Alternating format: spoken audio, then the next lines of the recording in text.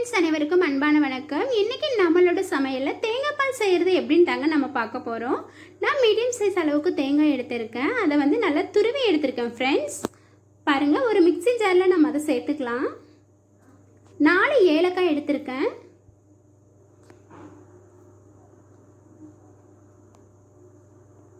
பத்து எண்ணிக்கையில் மிளகு எடுத்திருக்கேன்.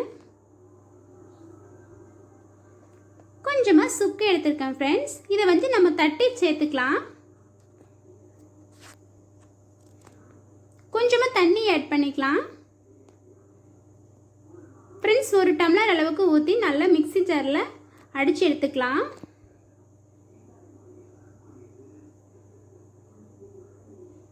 ஃப்ரெண்ட்ஸ் பாருங்கள், நம்மளுக்கு இந்த கண்டென்சியில் கிடைக்கும். மில்க் பாருங்க எவ்வளோ பியூராக இருக்குன்னு சொல்லி.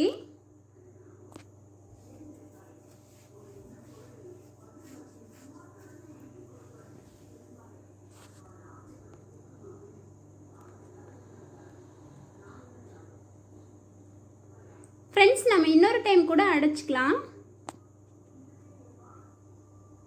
இப்போ வந்து நம்மளுக்கு டிக்காக கிடச்சிருக்கு. இன்னும் கொஞ்சமாக 1 டம்ளர் அளவுக்கு தண்ணி ஊற்றி நம்ம அதை மறுபடியும் மிக்சியில் அரைச்சி எடுத்துக்கலாம்.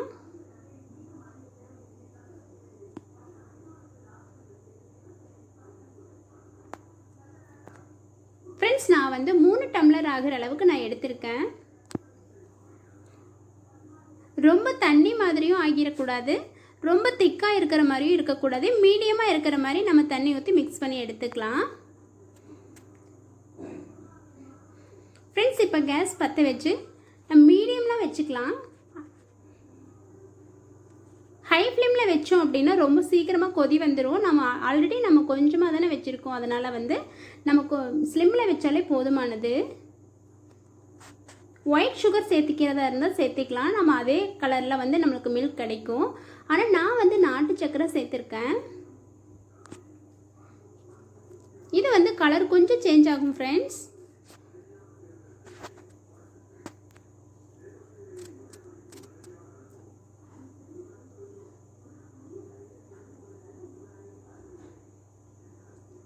பாருங்கள் ஃப்ரெண்ட்ஸ், நம்மளுக்கு இந்த கண்டென்சியில் வந்துருச்சு. வந்து கொதி வந்துடக்கூடாது. கொதி வரக்கு முன்னாடியே நம்ம ஆஃப் பண்ணிடணும். லைட்டாக நல்லா திக்காக சூடானா போதுமானது. ஃப்ரெண்ட்ஸ், அவ்வளோதான், மில்க் ரெடி ஆகிடுச்சு. நம்ம டம்ளரில் சேவ் பண்ணி சின்ன குழந்தைகள்லேருந்து பெரியவங்க வரைக்கும் தாராளமாக குடிக்கலாம். ஃப்ரெண்ட்ஸ், வாரத்தில் 2-3 நாள் குடிக்கலாம். இந்த மாதிரி குடிக்கிறதுனால வயிற்றில் இருக்கிற புண்ணெல்லாம் நல்லாயிடும். ஃப்ரெண்ட்ஸ், இந்த வீடியோ உங்களுக்கு பிடிச்சிருந்தா லைக் அண்ட் சப்ஸ்கிரைப் பண்ணிடுங்க. தேங்க்ஸ் டு வாட்சிங்.